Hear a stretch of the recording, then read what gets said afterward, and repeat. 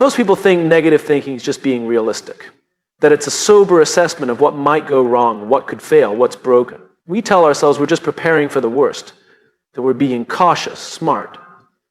But the truth is, most of our negative thoughts aren't rooted in fact. They're habits, repeated patterns, reflexes we've trained without even realizing it. See, the brain is a magnificent storyteller, and its favorite audience is you. From a young age, we start absorbing ideas about ourselves from what we hear, what we experience, and what we interpret, especially in moments of stress. A missed goal becomes, I'm not good enough. A moment of silence in a conversation becomes, they think I'm stupid. One failure turns into, this always happens to me. And once those thoughts are repeated enough times, they no longer feel like assumptions, they feel like facts. But they're not facts. They're not objective truths about who you are. They're just mental grooves you've worn deep by walking the same path over and over again. That's what a habit is. And the more you rehearse those thoughts, I'm not enough, I'm going to fail, I'll never get this right, the more familiar they become. And the brain doesn't resist familiarity, it craves it. Because familiarity feels safe, it feels comfortable.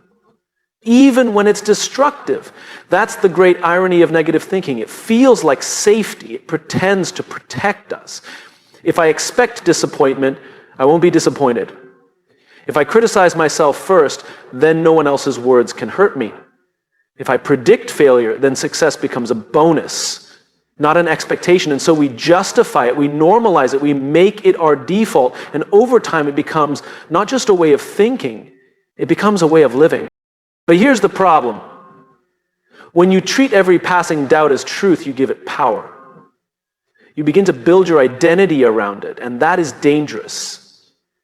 Imagine a young musician constantly telling herself she's not talented enough. That thought started somewhere, maybe a harsh critique, maybe a moment of comparison, but instead of challenging that thought, she repeats it. Over time, she believes it. She stops practicing, she skips auditions, she avoids sharing her work, not because she's not talented, but because she believes she's not. A belief born not of reality, but of repetition. This is how lives shrink.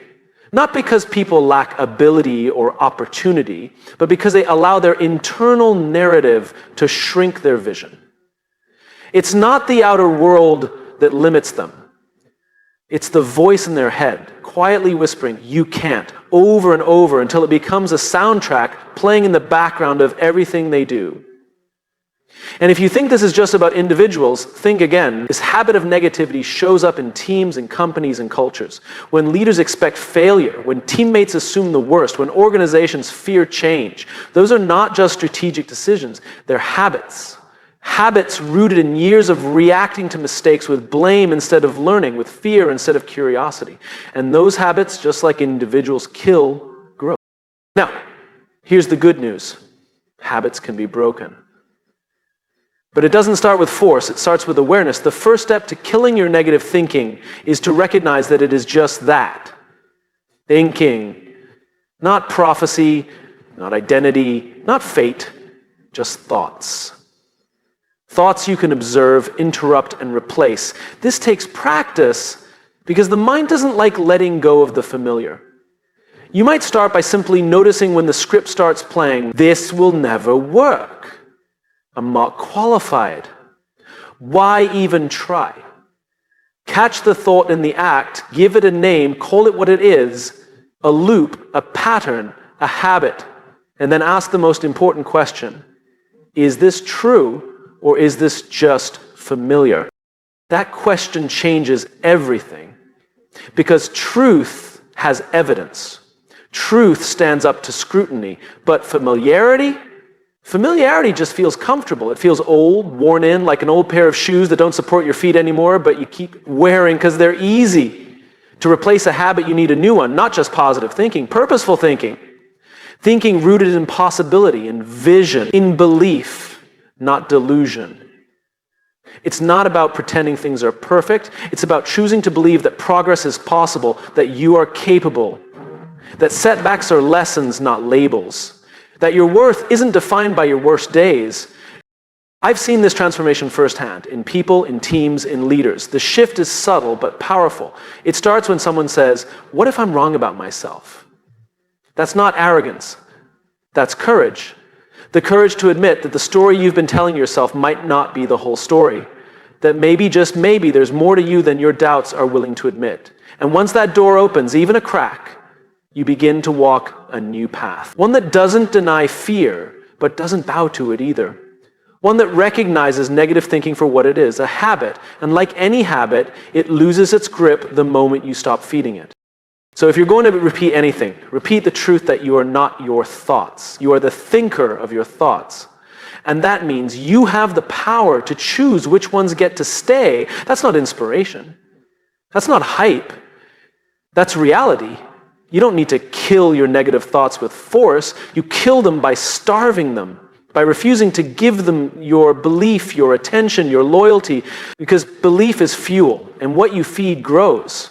Feed the thoughts that serve you, starve the ones that don't. It really is that simple. Not easy, but simple. And everything changes when you start there. We like to think we're rational creatures, that our thoughts are the result of careful analysis, objective reasoning, and logical conclusions. But more often than not, the mind doesn't operate based on logic. It operates based on patterns.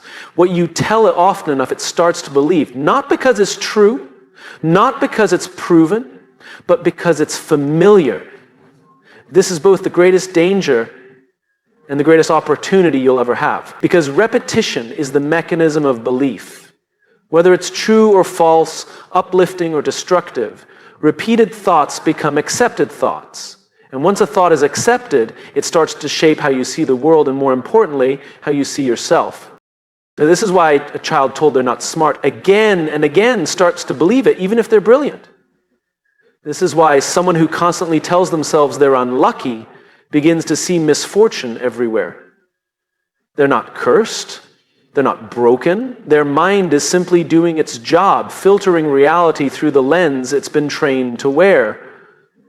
The mind has no moral compass. It doesn't check your thoughts for accuracy or fairness. It checks for frequency. Think something enough times and it becomes the lens through which everything else is interpreted. This is how biases are formed. Not just social or cultural ones, personal ones. Biases against our own potential, biases against our own abilities. And we don't even realize it's happening because it feels so normal. Let me put it simply, the mind is like a garden and repetition is the water. Water a thought daily, whether it's a weed or a flower, and it will grow. And once it grows, it spreads. One negative belief doesn't stay isolated. It creeps into other areas. I'm bad at public speaking becomes, I'm bad with people. But it doesn't stop there. Because beliefs drive behavior. What you believe shapes what you attempt, what you pursue, what you dare to try. If your mind has been rehearsing failure for years, even the smallest challenge becomes intimidating. The brain says, why try? You know how this ends. And if you listen to that voice long enough, you stop trying altogether. Not because you can't succeed, but because you've rehearsed failure so often that it feels inevitable. That's the scary part. But here's the liberating truth. Repetition works both ways. You can use the exact same mechanism, the same mental wiring, to build belief instead of break it, to strengthen courage instead of fear, to grow resilience instead of insecurity. But it takes intentionality, because positive repetition doesn't happen by accident. Negative thoughts are often triggered by fear, stress, or old wounds. They sneak in. But empowering thoughts, those you have to choose. You have to speak them, write them, practice them. This isn't about fluffy affirmations or empty motivation. This is about neuroplasticity, the science-backed reality that your brain is always learning, always rewiring itself. And when you consistently repeat thoughts of capability, growth, or purpose, your brain starts building new connections. It starts reinforcing new pathways. And eventually those thoughts begin to feel natural, even automatic. This is why the most powerful thing you can do isn't to eliminate all negative thinking. That's impossible. The goal is to dilute it with better input, to outnumber it, to surround yourself with repetition that reinforces what you want to believe, not because you're delusional, but because you're designing your mental environment with intention. Think about an athlete before a competition. They don't say, I hope I don't mess up. They visualize success. They speak belief. They repeat mantras, routines, even gestures that trigger focus and confidence. Why? Because they understand that performance begins in the mind. And if the mind is trained to expect failure, the body will often follow. But if the mind is trained to expect strength, courage, and clarity, the body rises to match it. The same principle applies in everyday life. If you constantly say, I'm bad with people, you'll behave in ways that reinforce that belief. You'll avoid eye contact, you'll hold back in conversations, and then when people respond with distance, you'll say, see, I was right. But that's not confirmation, that's self-fulfilling prophecy. You weren't seeing reality, you were recreating it based on what your mind had rehearsed. Now, imagine flipping the script. Imagine saying, I'm learning to connect better with people. It's not a lie, it's a direction, a guiding statement. And the more you repeat it, the more you'll start to notice opportunities to grow in that area. You'll catch yourself being just a little more open, a little more present, a little more confident. And those moments build. Repetition leads to belief. Belief leads to behavior. And behavior creates new outcomes. This is not about perfection. You'll still have doubts. You'll still have moments where old thoughts sneak back in. But the difference is you'll know what to do with them. You'll recognize that they're not truth. They're echoes. Old tracks still playing on a loop. And you'll have the tools to change the track. That's the real power. Not in silencing every negative thought, but in refusing to amplify it. In choosing day after day to speak belief louder than doubt. To practice the mindset that supports the life you want to build. Because here's the bottom line. Your mind believes what you repeat. So make sure you're repeating something worth believing. And if you've spent years rehearsing the wrong script, that's okay. Start writing a new one. One sentence at a time, one decision at a time, one belief at a time. It's not about being perfect, it's about being intentional. You are training your mind, whether you realize it or not. The only question is, what are you training it to believe? Make that answer count. Negative thinking is seductive. It comes dressed as logic, cloaked in caution, pretending to be helpful. And on the surface, it even sounds responsible. It says, don't try that, you might fail. It whispers, be careful. Don't get your hopes up. It tells you, stay where it's safe. Don't risk what you already have. And because those voices sound protective, we trust them. We think they're keeping us grounded. But what they're really doing is keeping us stuck. See, negative thinking often isn't about facts or probability. It's about fear. Fear of failure, fear of embarrassment, fear of loss. And rather than confront that fear directly, the mind dresses it up in rationality. We call it being practical. We say we're just being realistic. But more often than not, it's just fear in disguise. It's important to understand this because fear has a job to do, and it's very good at that job. Fear exists to keep us alive, to protect us from threats. And in a world of predators and danger, fear kept our ancestors from wandering too far or making foolish risks. But the threats we face today aren't saber-toothed tigers, they're rejection, judgment, uncertainty.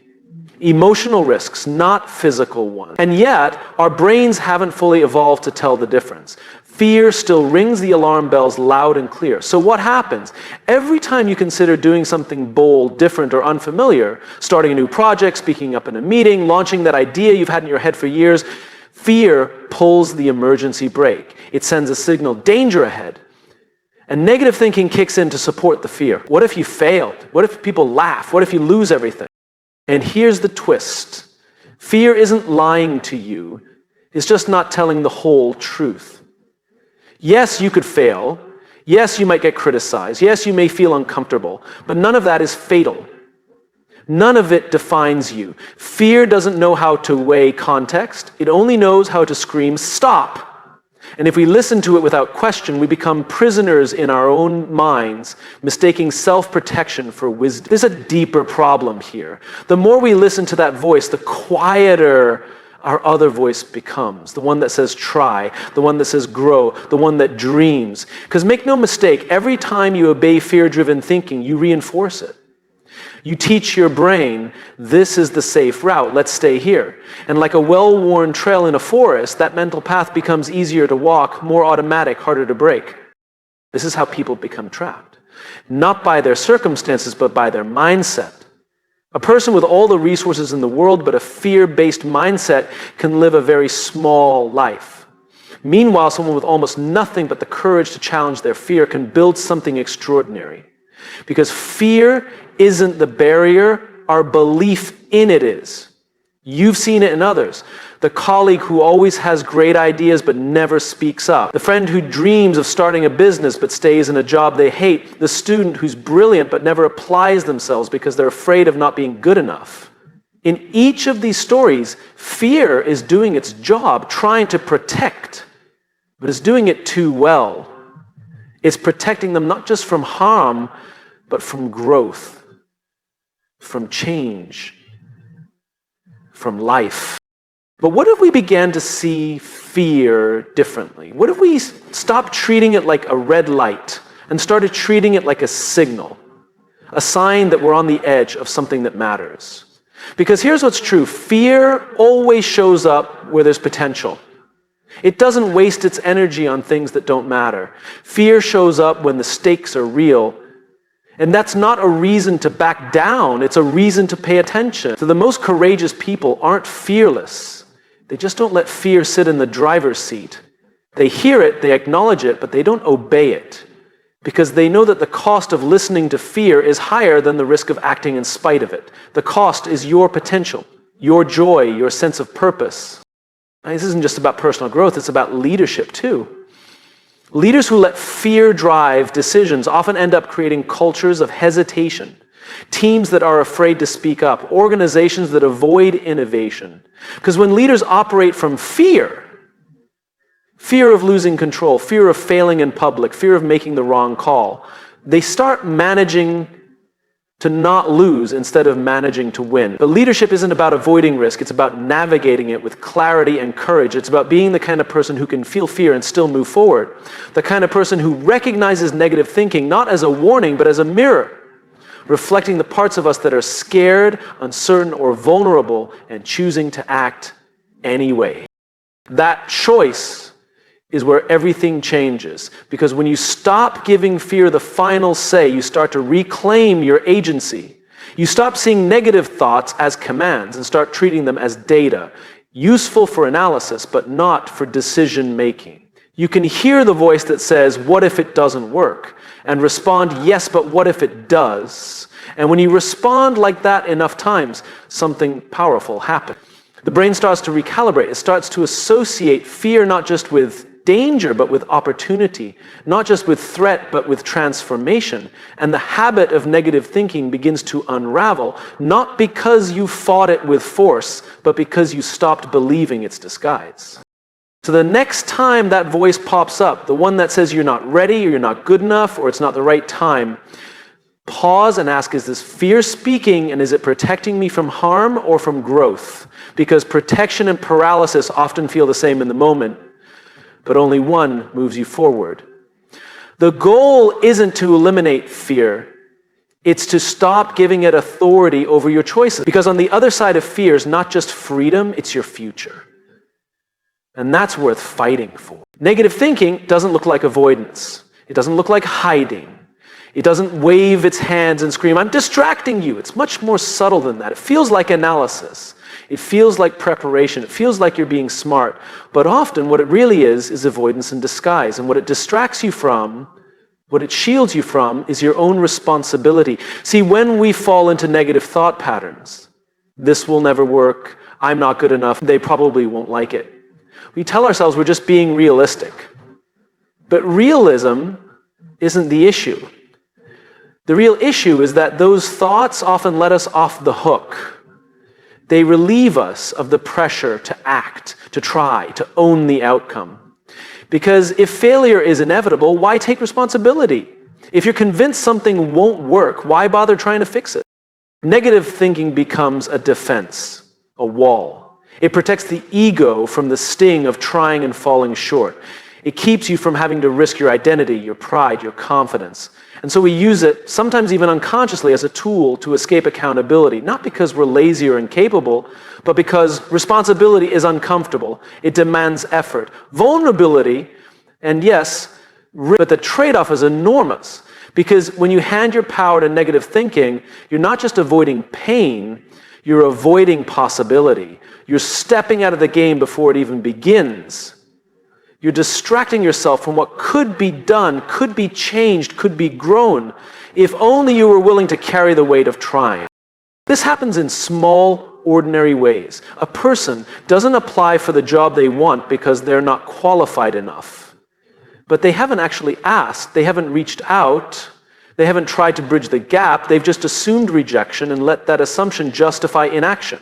Or a leader sees their team disengaged, and instead of asking hard questions about culture, communication, vision, they chalk it up to people these days. Negative thinking becomes a scapegoat, a way to avoid responsibility for influence. This mindset is not just personal, it's systemic. It spreads like wildfire in teams and organizations. When teams repeatedly say, that won't work here, or we've tried that before, or people won't go for it, what they're really doing is choosing comfort over accountability. Because if you already believe something is doomed, you don't have to own the effort of changing it. You don't have to do the hard work of being responsible for outcome. You get to feel smart and safe at the same time. But here's the problem. Leadership, real leadership, requires responsibility, not just for results, but for the energy you bring into the room, for the thoughts you speak aloud, for the story you tell your team. Every time you default to negative thinking, you're not just commenting on reality, you're shaping it. You're creating a narrative that either mobilizes people or paralyzes them. And that's a choice, responsibility. The same applies to your personal growth. If you constantly think, I'll never be good at this, that becomes a self-fulfilling prophecy. Not because it's true, but because you've chosen to believe it instead of taking responsibility for improving. You've used negative thinking to protect yourself from the burden of showing up every day and doing the work, the real work, of practicing, learning, failing, adjusting. That work is heavy. It demands ownership, and negative thinking lets you set it down. But here's what people miss. Taking responsibility doesn't mean blaming yourself when things go wrong. It doesn't mean shame. It means responsibility, the ability to respond, the power to make a different choice, to act in the face of uncertainty, to influence your situation, even when the odds are unclear. That's what negative thinking steals from you. It takes away your sense of agency. And it gives you back a story, a comforting, familiar, self-limiting story that says, this is just how it is. But it's not how it is. It's just how it feels. And feelings are not always facts. They are signals. And when negative thoughts show up, they are often pointing to a deeper truth. That there's something we're afraid to own, some outcome we don't want to be responsible for, some failure we don't want to face. But here's the irony. The moment you stop distracting yourself with all the reasons something might not work and actually take responsibility for making it work, something powerful happens. You shift from a passive observer to an active participant. You stop asking, what if I fail? And start asking, what can I do to increase the chance of success? You stop predicting doom and start creating strategy. And strategy always beats speculation. Responsibility is where change begins, always. And not just when things are going well. The true test is when the odds are stacked, when the fears are loud, when the path is unclear. That's when negative thinking comes knocking. And that's when your responsibility becomes your anchor. Not to be certain, not to be perfect, but to engage with clarity, with effort, and with ownership. And that kind of mindset changes everything, because once you choose to take responsibility, negative thinking loses its grip. It becomes background noise, not the director of the play. It's still there, sure, it always will be, but it no longer gets to run the show. You do, because here's the truth, you are responsible for the story you repeat. You are responsible for the thoughts you feed. You are responsible for the choices you make, even when fear wants to make them for you. That responsibility is not a burden, it's your power. And when you embrace it, when you own it fully, consistently, courageously, you don't just silence negativity, you outgrow it. Because you've stopped giving it your time, your energy, and your belief. And that's when real progress begins. There's a moment that happens in all of us. It doesn't come with fireworks. It doesn't come with some dramatic turning point. It's quiet. It's subtle. And that's what makes it so dangerous. It's the moment when your courage dies, not all at once, but in pieces. And what kills it isn't failure. It isn't criticism. It isn't rejection. It's negative thinking.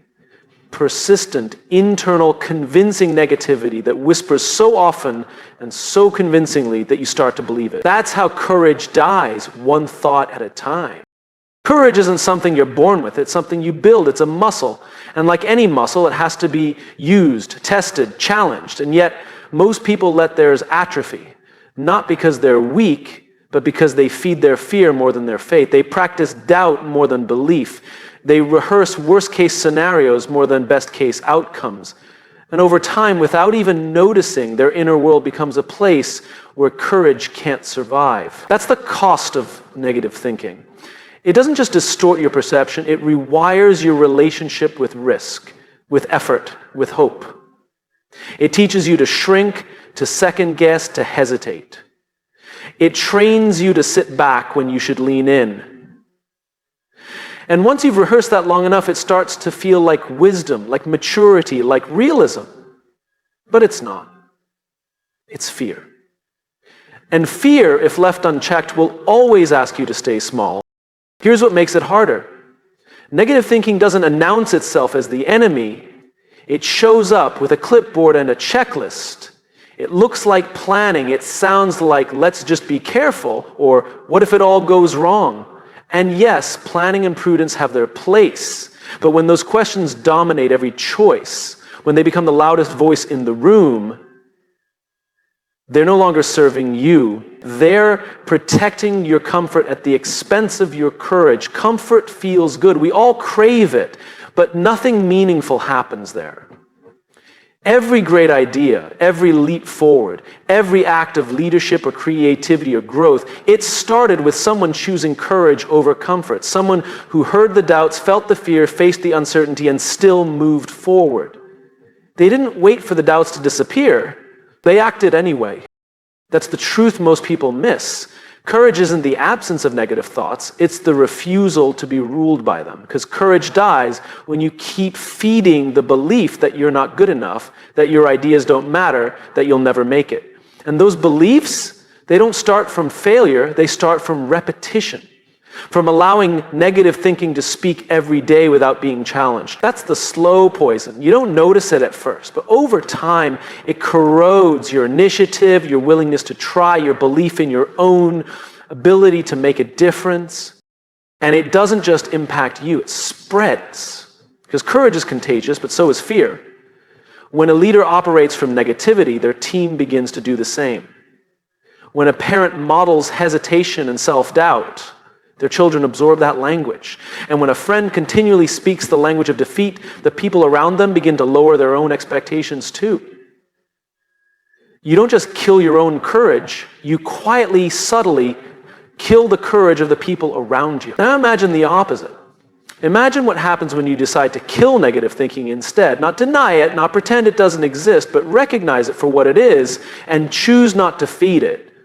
Imagine replacing I could fail with I might learn something. Imagine swapping I'm not ready with I'm willing to grow into this.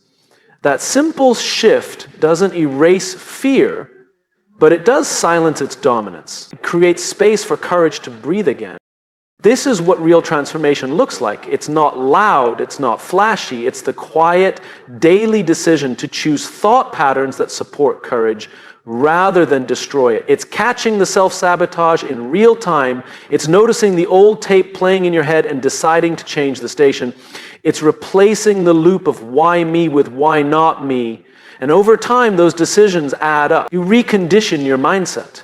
They strengthen the neural pathways of resilience, of optimism, of hope. And that's not fluff, that's neuroscience. Your brain literally rewires based on what you practice. So if you've been practicing fear, your brain will become very efficient at fear. But if you start practicing courage, even in small, imperfect ways, it will begin to change. Slowly. Consistently. Lovely. Here's the most liberating part. You don't have to feel courageous to act courageously. You just have to decide. Courage isn't an emotion, it's a commitment. It's the decision to show up in spite of the emotion, and the more you make that decision, the more it becomes who you are. Not just something you do once in a while. There will always be reasons not to. The negative thoughts will never fully disappear. They'll show up in new forms, in new seasons, with new disguises. But they only have power when you give them your attention, your belief, your repetition. The moment you stop feeding them, they shrink. They lose momentum. And in that space, courage returns. So yes, kill your negative thinking. Not because it's wrong 100% of the time, but because it's a terrible master. Because if you give it the wheel, it will drive your life into smallness, into stagnation, into regret.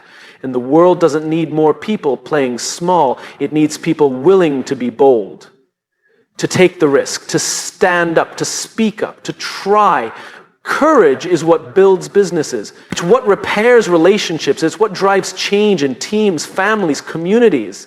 But only if it's alive, only if it's being fed more than fear. You already have it in you. You always did. You just have to protect it, guard it, nurture it. And the first step in doing that is simple. Stop rehearsing the thoughts that kill it. Kill your negative thinking before it kills your courage. Because your courage, and he said that's where everything starts.